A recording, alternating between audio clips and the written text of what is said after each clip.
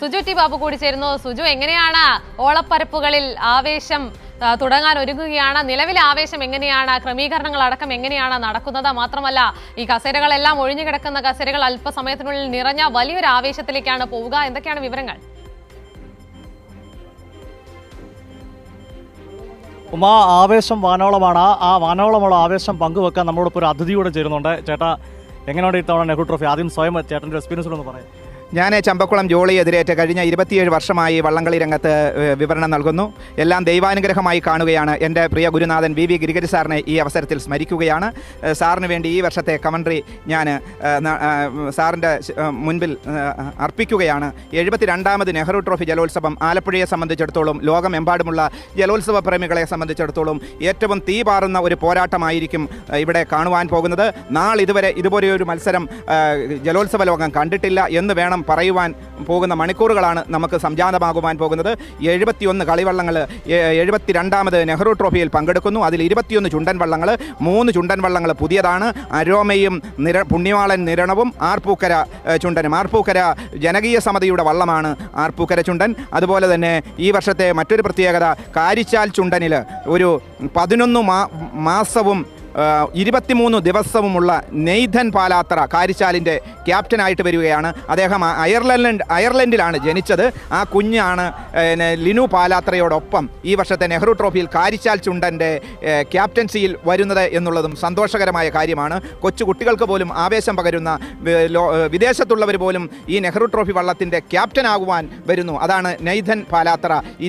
ഏതാണ്ട് ഈ 29ാം തീയതിയാണെന്ന് തോന്നുന്നു ആ കൊച്ചിൻ്റെ ബർത്ത്ഡേ. അതായത് 11 മാസവും 23 ദിവസവുമുണ്ട്.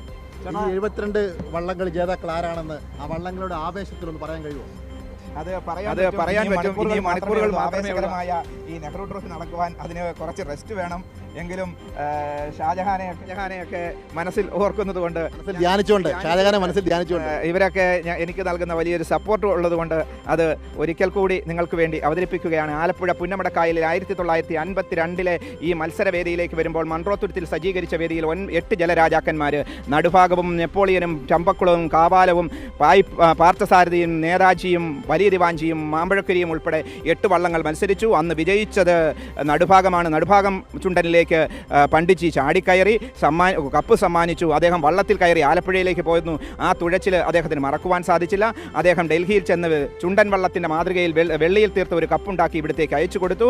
അത് ഇവിടേക്ക് വരുന്നു. 53 മത്സരം നടന്നില്ല.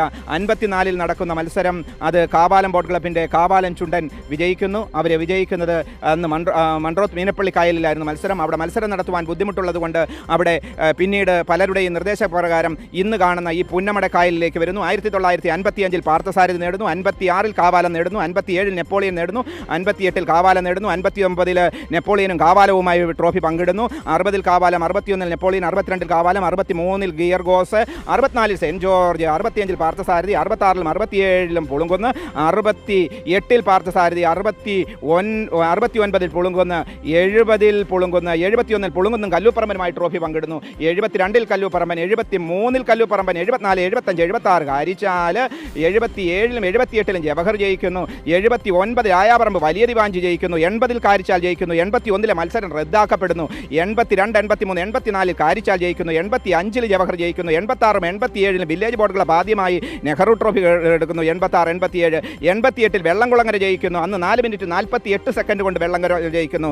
88 വില്ലേജ് ബോർഡ് ക്ലബിൻ്റെ ഹാർഡ്രിക്ക് തകർക്കുന്നു. 89 90 91 ചമ്പക്കുളം ജയിക്കുന്നു. യുണൈറ്റഡ് ബോർഡ് ക്ലബ് കൈനകരി 91 ജയിക്കുന്നു. 92 കല്ലൂപ്പറമ്പൻ, 93 കല്ലൂപ്പറമ്പൻ, 94 ചമ്പക്കുളം, 95 ചമ്പക്കുളം, 96 ചമ്പക്കുളം, 97 ആലപ്പാട്, 98 ചമ്പക്കുളം, 99 ആലപ്പാട്, 2000 കാരിച്ചാൽ, 1 കാരിച്ചാൽ, 2 വെള്ളംകുളങ്ങര, 3 കാരിച്ചാൽ, 4 ചെറുതന, 5 6 7 പായിപ്പാട്, 8 കാരിച്ചാൽ, 2009 ചമ്പക്കുളം, 10 ജവഹർ, 11 കോടതി വിധിയിലൂടെ കാരിച്ചാൽ ട്രോഫി സ്വന്തമാക്കുന്നു. 11-ൽ 12-ൽ വരുന്നു ശ്രീ ഗണേഷ്, 13-ൽ വരുന്നു ശ്രീ ഗണേഷ്, 14-ൽ വരുന്നു ചമ്പക്കുളം, 15-ൽ വരുന്നു ജവഹർ, 16-ൽ വരുന്നു കാരിച്ചാല്, 17-ൽ വരുന്നു ഗബ്രിയേൽ, 18-ൽ വരുന്നു പായിപ്പാട്, 19-ൽ വരുന്നു നടുഭാഗം, 20-ഉം 21-ഉം കൊറോണ കൊണ്ടുപോകുന്നു, 22-ൽ മഹാദേവിക്കാട് കാട്ടുതെക്കേതിൽ, 23-ൽ വിയപുരം, 24-ൽ കാരിച്ചാല, 25-ൽ വിയപുരം.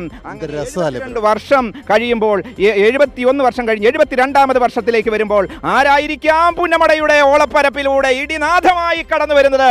അതാണ് ലോകമെമ്പാടുമുള്ള ജലോത്സവ പ്രേമികൾ ഉറ്റുനോക്കുന്നത്. ആ നിമിഷത്തിനായി നമുക്ക് പുന്നമടയുടെ തീരങ്ങളിലേക്ക് ഞങ്ങൾ ഏവരെയും സ്നേഹപൂർവ്വം സ്വാഗതം ചെയ്യും.